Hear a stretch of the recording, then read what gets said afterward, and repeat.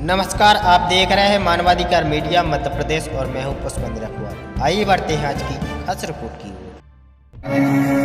आप लोग जानते हैं आजकल के जो पुरुष हैं वो मदिरा का पान करते हैं।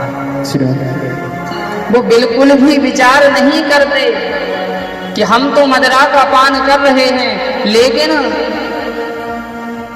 मदिरा पीकर जब घर में जाते हैं तो कलयुग सवार हो जाता है।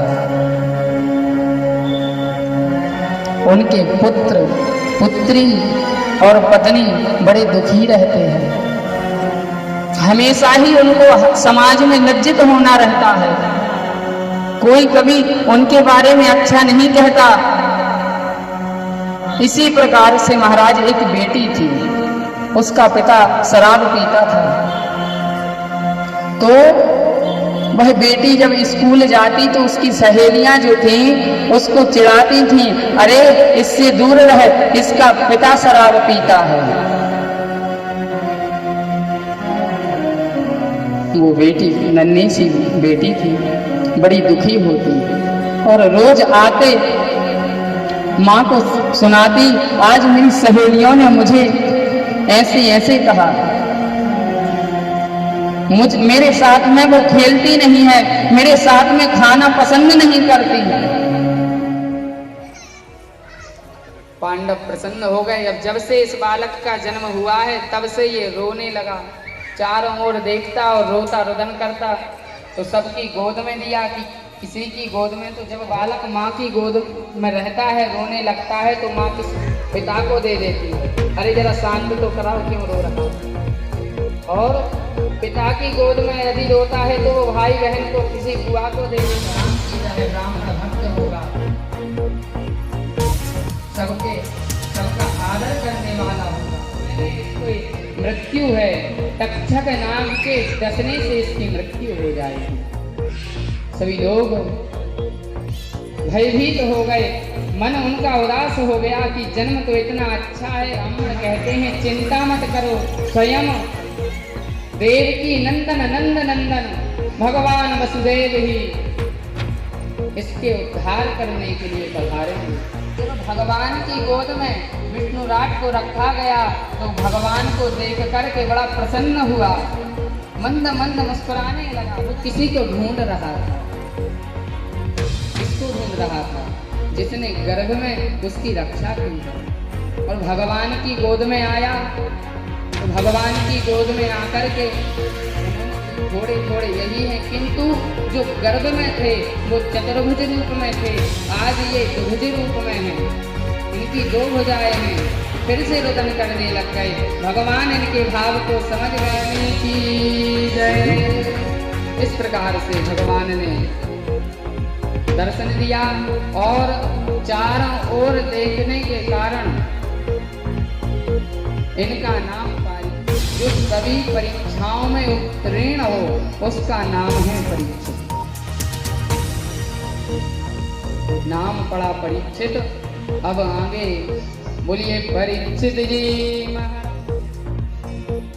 धृतराष्ट्र को वन में लेकर के चले गए भजन करने के लिए। वहां पर तीनों के शरीर नष्ट हो गए, भगवान के धाम को चले के कारण।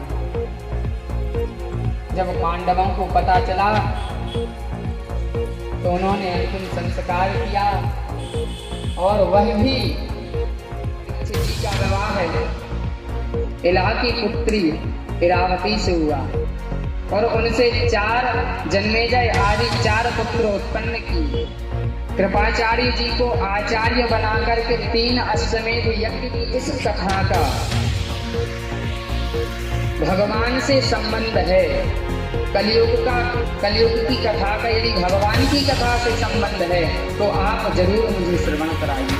जो गाय और बैल के जोड़े को मार रहा है,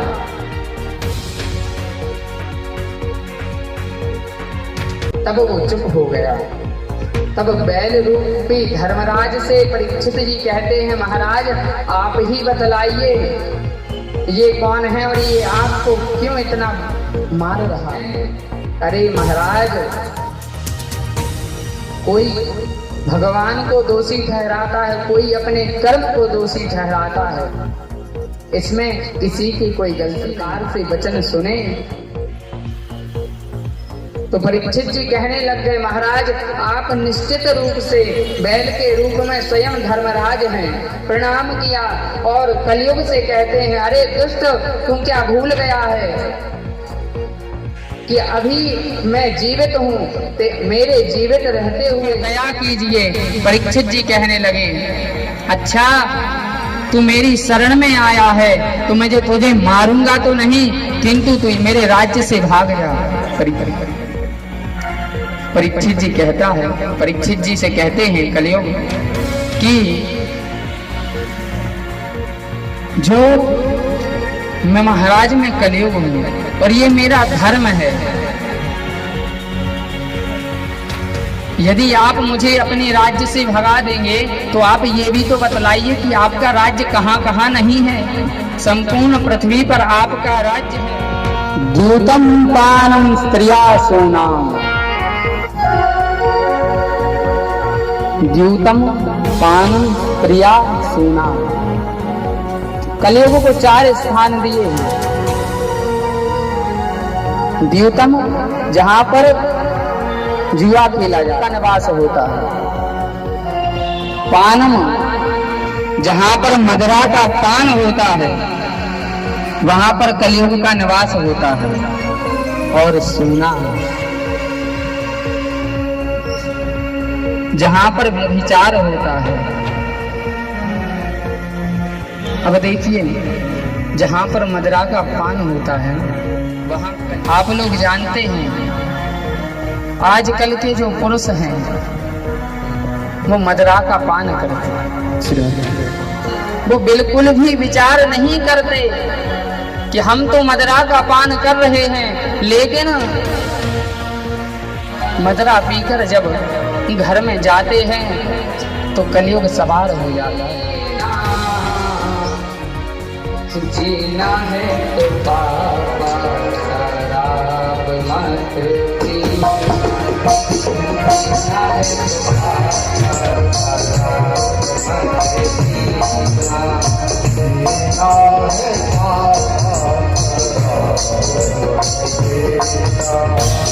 जीना है जीना है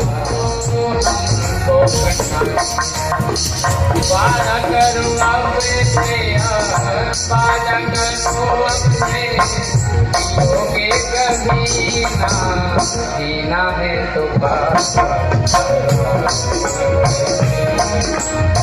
जीना है तो